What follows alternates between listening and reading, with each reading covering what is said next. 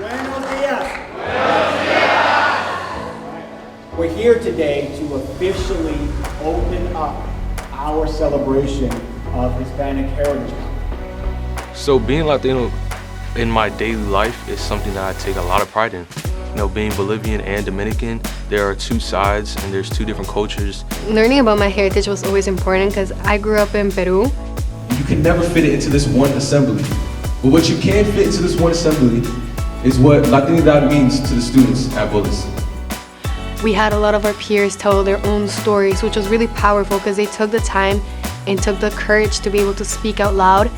Hi everyone, I'm Nora. I am a second-generation Colombian, and today I'm going to be telling you guys a little bit about what being Latina means to me and the family aspect of that. We were all pretty nervous, but when we got up there, seeing everyone being supportive, clapping for us, I think made us all feel very welcomed and safe. I'm proud to be Latina, and that is something that will never go away. Thank you.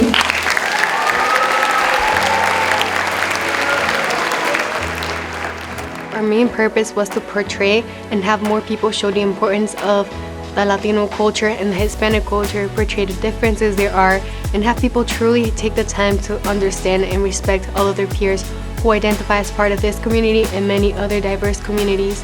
I'm really proud of our students to not only explore more their identities, however also to show great pride in them.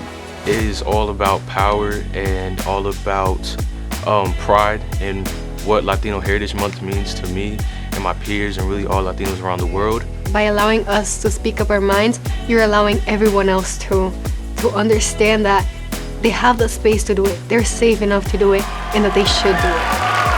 Thank you guys so much for this. Thank you, everybody. Amazing.